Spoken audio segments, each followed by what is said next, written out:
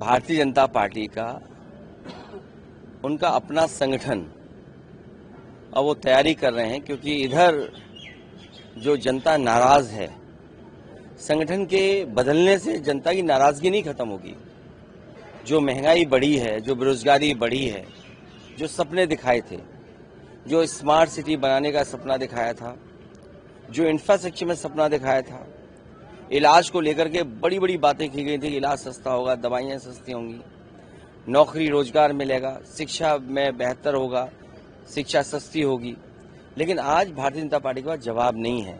तो संगठन के बदल जाने से जनता की नाराजगी कम नहीं होगी, और पीडीए की जो धमक है उसी का परिणाम यह है कि अभी भी चिंता कर रहे हैं कि उत्तर प्रदेश में उनका अध्यक्ष कौन बने। अध्यक्ष बनने से ज्यादा उनके अंदर जो इंटरनल जो डिस्कशन होता है, बड़े बड़े बुद्धिजीवी, बड़े बड़े सलाहकार और बड़ी कंपनियां बैठती हैं। सुनने में आया कि कई कंपनियां हायर की गई हैं जो विलेज स्तर पे सर्वे कर करके और जगह जगह लोगों से जानकारी हासिल कर करके जो सर्वे की टीमें वो उन्हें जानकारी देती हैं। तो केवल अध्यक्ष बनाना नहीं है, वहाँ ओसीएम और डीसीएम को भी बदलने का मामला चल रहा है। ओसीएम को कहाँ पहुंचाएं, डीसीएम को कौन सा पद दें, तभी उनका प्रदेश का अध्यक्ष तय हो पाएगा। सर, डिप्टी सीएम है ब्रजेश पाठक, वो जेपीएनआईसी को लेकर समाजवादी पार्टी पर आरोप लगा रहे हैं कि बड़ा भ्रष्टाचार हुआ है। देखिए, वो कुछ नहीं जानते, क्योंकि उन्हें अपने अस्पताल, मेडिकल कॉलेज, उनकी चिंता करनी चाहिए। और मैं आज आपसे कह रहा हूँ, रिकॉर्ड पे रख लेना आप बात, जितने भी मेडिकल कॉलेज हैं, किसी भी मेडिकल कॉलेज में जो मानक के हिसाब से प्रोफेसर्स होते हैं, असिस्टेंट प्रोफेसर्स होते हैं, टेक्नीशियंस होते हैं, वो किसी अस्पताल में नहीं है। और उसी का परिणाम ये है कि प्राइवेट अस्पताल तरक्की कर रहे हैं और प्राइवेट अस्पतालों में लोग भाग रहे हैं इलाज के लिए। आप केजीएम में चले जाएं, आप लोहिया इंस्टीट्यूट में चले जाएं, आप पीजीआई में चले जाएं, बड़े पैमाने पर भीड़ है। और दूर न जाएं आप, बगल में कैंसर इंस्टीट्यूट है।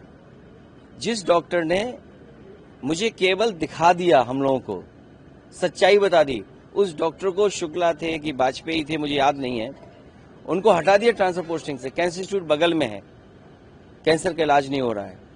उनके अपने नेता जो बीजेपी का जिस समय बनना था और जिस समय पहले अध्यक्ष चुने गए, पहले प्रधानमंत्री बने, उनके नाम पर यहाँ यूनिवर्सिटी बनी है। मेडिकल कॉलेज बनाने का काम था, यूनिवर्सिटी बनाने। क्या अटल बिहारी वाजपेयी के नाम पर जो यूनिवर्सिटी बननी थी, उसमें क्या इलाज होने लगा? जिस योजना का प्रधानमंत्री जी ने शिलान्यास किया हो, अगर प्रधानमंत्री जी शिलान्यास करें और वो अटल बिहारी वाजपेयी यूनिवर्सिटी न बन पाए और मेडिकल कॉलेजों की दुर्दशा हो जाए, उन मंत्री के बारे में क्या सोचें? वो रात भर सो नहीं पाते, रात भर कैसे सीएम बने उनका सपना देख रहे हैं। जो व्यक्ति सीएम का सपना देख रहा हो दिन रात, उससे आप क्या उम्मीद करोगे? और जेपीएनआईसी वो बिल्डिंग है जो one of the best building है, और उन्होंने एलडीए को इसलिए दिया है क्योंकि वो बेचना चाहते हैं। सोसाइटी जो थी, वो सोसाइटी का मैं फाउंडर मेंबर हूं, हमारे राजेंद्र चौधरी जी फाउंडर मेंबर हैं उसके। फाउंडर मेंबर को आपने हटा दिया, सोसाइटी को आपने हटा दिया। अगर ये परंपरा होगी कि किसी फैसले को जो कैबिनेट से लिया हो उस फैसले को बदल देंगे, तो आने वाली सरकार भी उन फैसलों को बदलेगी जो ये कैबिनेट फैसला ले रही है। अगर कैबिनेट के फैसले बदलने लगेंगे, ये कैबिनेट के फैसले से सोसाइटी बनी थी जिसके हम लोग फाउंडर मेंबर हैं, और फाउंडर मेंबर और सोसाइटी को हटाने का लक्ष्य यही है कि वो बेचना चाहते हैं, वो चीज को हटाना चाहते हैं।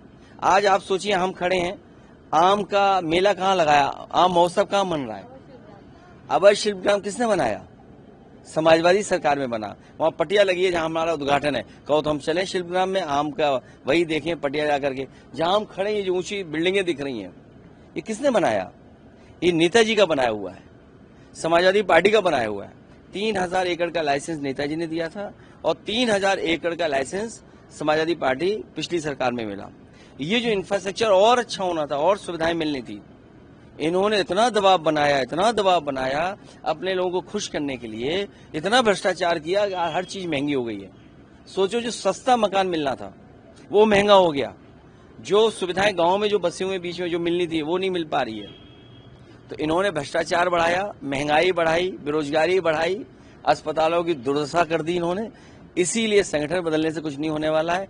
जो दिन रात सपने देख रहे हैं मुख्यमंत्री बनने का, कोई दवा ऐसी लाएं अस्पताल से, किसी डॉक्टर से लें कोई दवा कि वो जल्दी बन जाए मुख्यमंत्री। हम तो ये कहना चाहेंगे। सर, कांवड़ रोड पे नया फूड सेफ्टी ऐप जो है वो लॉन्च करके बारकोड लगाया जा रहा है, इसको कैसे देख रहे हो? और नाम और लाइसेंस लगाना अनिवार्य है।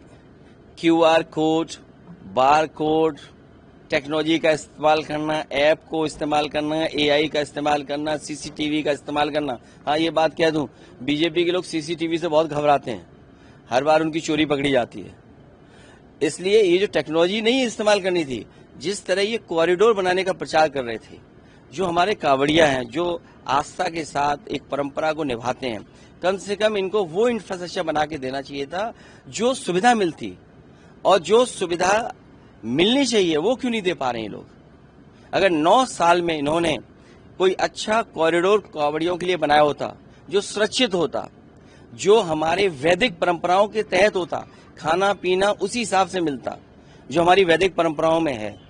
अगर ये वैदिक परंपराओं से जुड़ा हुआ हमारा अगर आयोजन है या आस्था का एक परिक्रमा या हम उसको यात्रा पे निकलते हैं, तो इनकी जिम्मेदारी थी कि वैदिक परंपराओं को मानते हुए कोई ऐसा कॉरिडोर बनाते जिसमें कांवड़ियों को आराम करने का, उनके खाने पीने का, उनके स्वास्थ्य को लेकर के चिंता करते। अब तो इन्होंने कॉरिडोर बनाया नहीं, इसीलिए QR कोड, ऐप, ये नाटक कर रहे हैं। नाटक इसलिए कर रहे हैं क्योंकि अपनी नाकामी छिपाना चाहते हैं। हम तो इनसे कहेंगे कि कमिश्नर DM SP को लगाएं सेवा के लिए, खाना वाना की व्यवस्था के लिए, और CO और SDM को लगाएं उनके पैर दबाने के लिए, तो शायद उससे बड़ा आराम मिलेगा उन्हें। क्योंकि अगर CO, SDM इस स्तर के अधिकारी उनकी सेवा करें, पैर दबाएं, तो उन्हें भी पुण्य मिलेगा और एक सेवा का भाव जो पैदा होता है वो भी पूरा होगा। यही है हमारी वैदिक परंपरा, यही हमारा आस्था है। तो मैं उम्मीद करता हूं कि मुख्यमंत्री जी QR कोड तो बना ही रहे हैं, इसके साथ साथ ये भी एक जियो जारी कर दें कि DM SP खाना स्वास्थ्य सेवाएं देखेंगे और CO और SDM उनके पैर वैर दबा के सेवा करेंगे। सरकार में कैबिनेट मंत्री हैं आशीष पटेल, वो सरकार पे ही अपने आरोप लगा रहे हैं और कह रहे हैं कि सूचना विभाग से ये हमारे खिलाफ ये सूचनाएं दी जा रही हैं और संयंत्र रचा जा रहा है मेरे खिलाफ। हालांकि 1700 करोड़ कम बताया उन्होंने। मैंने पूरा उनका ट्वीट नहीं पढ़ा है, मुझे जानकारी नहीं है, लेकिन मुझे ये जानकारी हुई है कि 1700 करोड़ का बताया उन्होंने कि जो पत्रकार साथी हैं हमारे, इनको 1700 करोड़ रुपए का भुगतान हुआ है।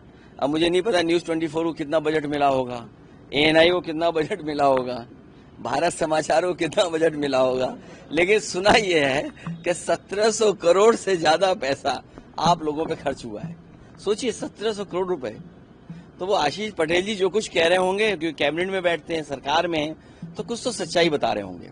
पद छोड़ने की बात भी कही है। नहीं, वो उनका व्यक्तिगत हो सकता है, लेकिन जो वो जानकारी दे रहे हैं उसमें कुछ सच्चाई हमें लगती है।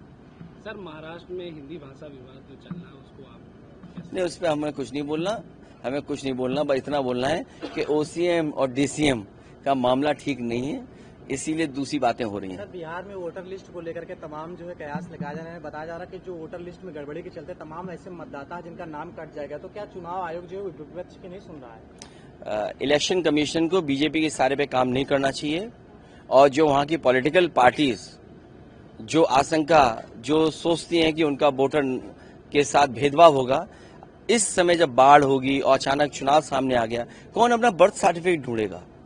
आप 20-25 दिन के अंदर 8 करोड़ वोटरों को आप नई वोटर लिस्ट बना रहे हैं। आप कल्पना करिए कि एक महीने के अंदर 8 करोड़ वोटर्स को नई वोटर लिस्ट बनाना कितनी बड़ी एक्सरसाइज है। ये एक्सरसाइज 1 साल पहले क्यों नहीं की गई, 6 महीना पहले क्यों नहीं की गई, आज ही क्यों की जा रही जब चुनाव बिल्कुल सामने है?